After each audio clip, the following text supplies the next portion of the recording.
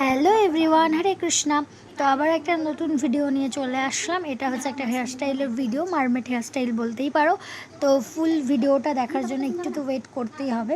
আমি কিছুটা ক্লিপস নিয়েছিলাম, সেটাই তোমাদের সাথে শেয়ার করছি। এখানে দেখতেই পাচ্ছ আমি ফার্স্টে পাফ করে নিচ্ছি, আর যারা মেকআপ আর্টিস্ট তারা তো পাফ করতে জানে। তো এখানে আমি পাফটা করার পর চপস্টিক দিয়ে পাফটাকে হোল্ড করে লাইন ক্রিয়েট করেছিলাম। তার আগে আমি সাইন স্প্রে দিয়ে নিয়েছিলাম, যাতে লাইনগুলো ভালো করে আমি দাঁড় করাতে পারি, মানে পুলিংগুলো তুলতে পারি। তো দেন আমি লাইন ক্রিয়েট করেছি, দেখতেই পাচ্ছ কীভাবে করছি। আর তোমরা যারা মেকআপ আর্টিস্ট তারা জানোই, ভালো করে বলার কিছু নেই লাইন ক্রিয়েট করতে। এখন চপস্টিক দিয়ে কান কোচানো যাবে, দাঁত কোচানো যাবে, আর কি করা যাবে? আর কি করা যাবে? আর কি করা যাবে? আর কি করা যাবে? ও লাইনার পরাতে পারে না, মানে পরাতে গেলে একটা উঁচু নিচু হয়ে যায়, তাই জন্য ওরা চপস্টিক দিয়ে মানে ঠিক করেছে। এটা চপস্টিক দিয়ে ভালো। মুখটা খোল, মুখটা এরূপসা মুখ খোল। এটা হচ্ছে আমাদের ব্যাচের হচ্ছে কি বলবো, ফেমাস আদমি, ফেমাস স্টুডেন্ট যে ঘুমন্ত পড়ি। এখনই বলছে একটু আমি ঘুমিয়ে নিই।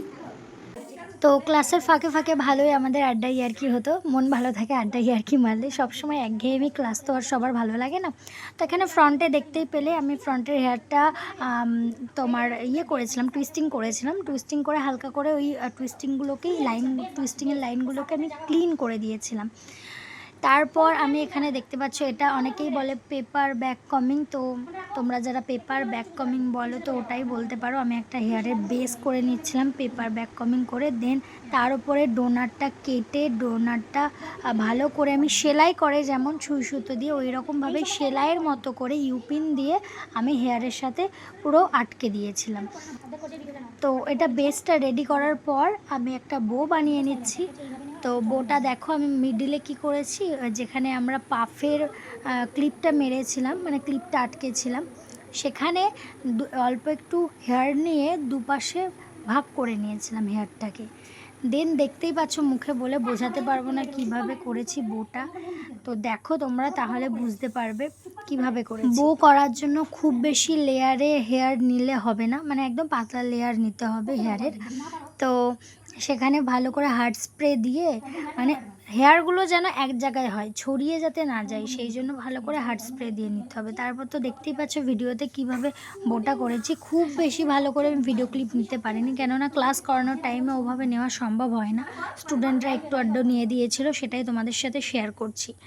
তো দেখো ভালো করে, তাহলে বুঝতে পারবে বোটা কিভাবে করেছি। এগুলো ওপেন হেয়ারেও যদি একটা বো করে দেওয়া হয় পাফের ওখানে, মানে পাফের যেখানে ক্লিপ দেওয়া হয় সেখানে, তো খুব সুন্দর লাগে দেখতে।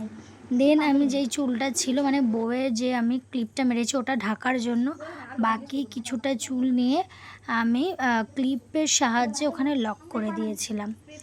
এরপর এখানে একদম সিম্পল হেয়ার স্টাইলটা খুবই সহজ। আমি দুপাশ থেকে লেয়ার নিয়ে নিয়ে ওটাতে হালকা করে স্প্রেড করে, মানে ওই লেয়ারটাকে স্প্রেড করে হালকা করে লাইন ক্রিয়েট করে নিয়েছিলাম। দেন আমি ক্লিপ মেরে দিয়েছিলাম।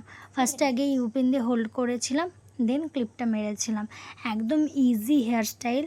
যারা তোমরা জানো মেকআপ আর্টিস্টরা অ্যাডভান্স হেয়ার স্টাইল করতে, তারা হামেশাই এটা পারবে, কিন্তু বিগিনারদের একটু অসুবিধা হবে। তো এরপর আমি ভালো করে ভিডিও ক্লিপস নিতে পারিনি, পুরো ডিটেলসে আমি বোঝাতে পারছি না। তো দেন আমি মিডিলে যেই ক্লিপগুলো মেরেছি ওটা ঢাকার জন্য, আরও সুন্দর দেখানোর জন্য হেয়ারস্টাইলটাকে এইভাবে আমি গার্ডার দিয়ে কি বলবো ওটাকে, গার্ডার দিয়ে দেখতেই পাচ্ছ কী করছি চুলগুলোকে।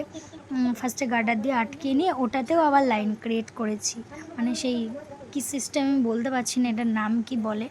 তো তোমরা দেখো তাহলে বুঝতে পারবে। দেন আমি হার্ড স্প্রে দিয়ে লাইনগুলোকে পুরো হোল্ড করে দিয়েছিলাম আর ক্লিন করে দিয়েছিলাম। তারপরে ডগার দিকে যে হেয়ারটা ছিল একদম লাস্টে, সেটা আমি কার্ল করে দিয়েছি। দেন এই হেয়ারস্টাইলটা কমপ্লিট হয়ে গেছে। তো তোমরা অবশ্যই জানিও হেয়ারস্টাইলটা কেমন লাগছে। আমি খুব ভালো করে বোঝাতে পারলাম না, কারণ অর্ধেক ক্লিপসই নেই। যাই হোক, তোমরা অবশ্যই জানিও হেয়ারস্টাইলটা কেমন হয়েছে। আর এতক্ষণ আমার ভিডিওটা দেখার জন্য অসংখ্য ধন্যবাদ। টাটা।